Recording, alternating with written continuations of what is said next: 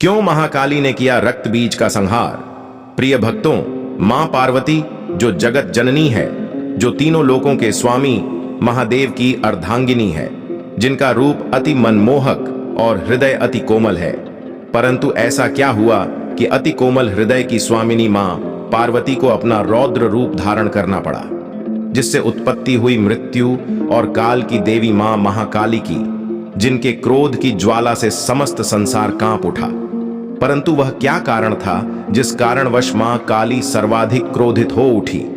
तो आइए जानते हैं। पौराणिक कथाओं के अनुसार शुंभ और निशुंभ नाम के दो असुरों ने ब्रह्मदेव की कठोर तपस्या की। उनकी तपस्या से प्रसन्न होकर ब्रह्मदेव ने उन्हें दर्शन दिए और उन्हें उनका इच्छित वर मांगने को कहा। शुंभ और निशुंभ ने ब्रह्मदेव से अमृता का वरदान मांगा ताकि इस समस्त संसार में कोई भी उनका अंत न कर सके। परंतु ब्रह्मा जी ने कहा कि मैं तुम्हें अमृता का वरदान नहीं दे सकता, क्योंकि यह सृष्टि के काल चक्र के नियम के विरुद्ध है। परंतु मैं तुम्हें यह वरदान देता हूं कि न तो कोई देवता, न ही कोई दानव और न ही कोई जलचर पक्षी, मनुष्य, पशु या किसी भी जाति का नर तुम्हारा वध नहीं कर सकेगा। ब्रह्मदेव से मिले वरदान के पश्चात शुंभ और निशुंभ बहुत अहंकारी और अत्याचारी हो गए और उन्होंने अहंकार में आकर स्वर्गलोक पर आक्रमण कर दिया।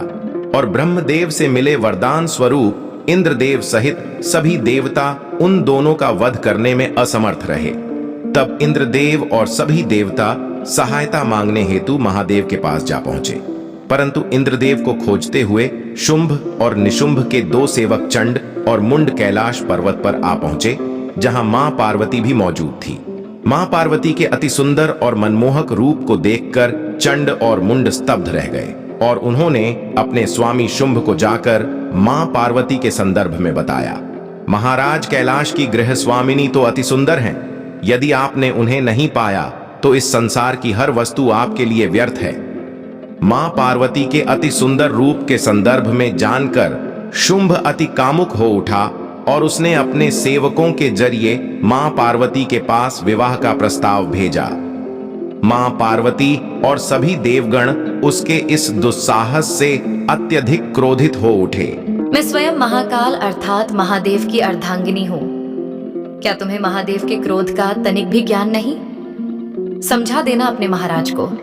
यदि उन्होंने पुनः किसी देवी पर अपनी कुदृष्टि डाली तो उनका विनाश होना निश्चित है। चंड और मुंड ने जब मां पार्वती का संदेशा शुंभ और निशुंभ को सुनाया तो मां पार्वती का समाचार सुनकर वे अत्यधिक क्रोधित हो उठे और उन्होंने देवताओं के साथ युद्ध करने का निश्चय किया। उन्होंने कैलाश पर जाकर युद्ध की ललकार की और सभी देवों की रक्षा हेतु समस्त देव सेना ने असुरों से युद्ध करना आरंभ किया। परंतु दैत्य समस्त देवसेना पर भारी पड़ने लगे और असुरों ने उन्हें पराजित कर देवताओं की अर्धांगिनी पर अपनी कुदृष्टि डाली। चंड और मुंड ने समस्त नारी जाति के लिए बहुत ही अभद्र शब्दों का प्रयोग किया और सभी देवियों को बहुत ही अपमानजनक बातें कहने लगे। सभी देवियों और नारी जाति के प्रति इस प्रकार की अभद्र बातें सुनकर मां पार्वती बहुत क्रोधित हुई और तब मां पार्वती उन असुरों का सर्वनाश करने के लिए उनका काल बनकर मां महाकाली के रूप में उत्पन्न हुई। मां महाकाली ने नारियों का अपमान करने वाले, कुदृष्टि डालने वाले असुर चंड और मुंड का संहार कर उनके मुंडों की माला अपने गले में धारण कर ली।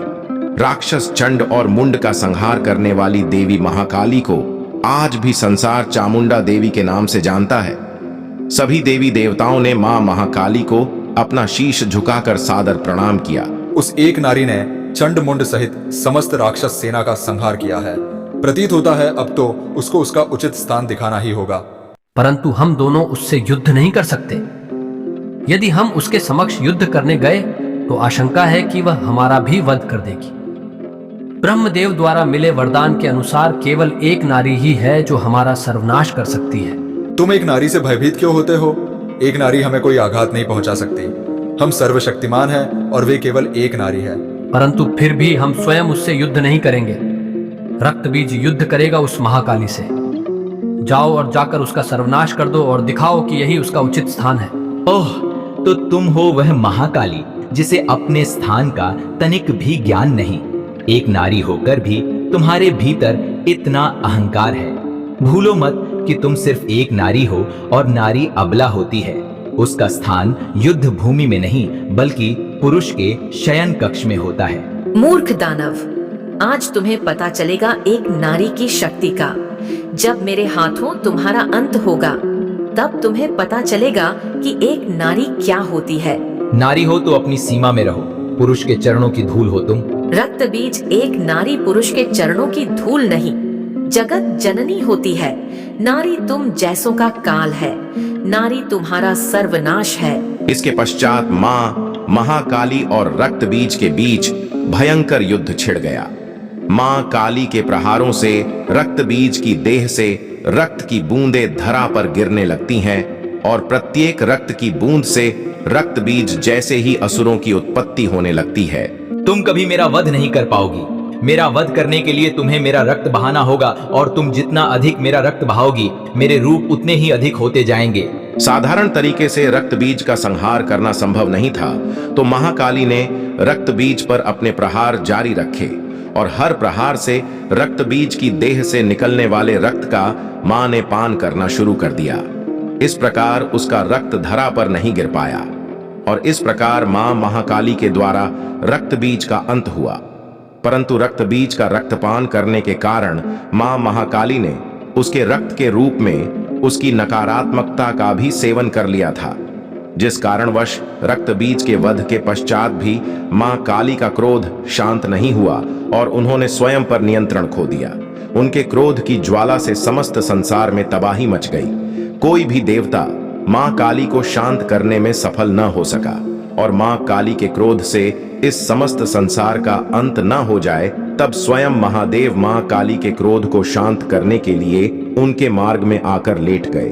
मां काली इतनी क्रोध में थीं कि उनका ध्यान उनके मार्ग में लेटे हुए महादेव पर नहीं पड़ा और उन्होंने भूल से महादेव पर अपना पैर रख दिया। तब मां काली का क्रोध शांत हो गया। तब मां काली को झांत हुआ कि उनके द्वारा महादेव का अपमान हो गया है। फिर उनको बहुत दुख हुआ। तब फिर उनकी जीवा उनके मुख से बाहर आ गई और माता के उस रूप के सामने सभी नतमस्तक हो गए। तभी से मां काली को उनके इसी रूप में पूजा जाने लगा। प्रिय दर्शकों, अगर आपको हमारी आज की ये कथा अच्छी लगी हो तो वीडियो को लाइक और हमारे चैनल को सब्सक्राइब जरूर करें, जिससे आपको हमारी आने वाली वीडियो देखने को मिल सके।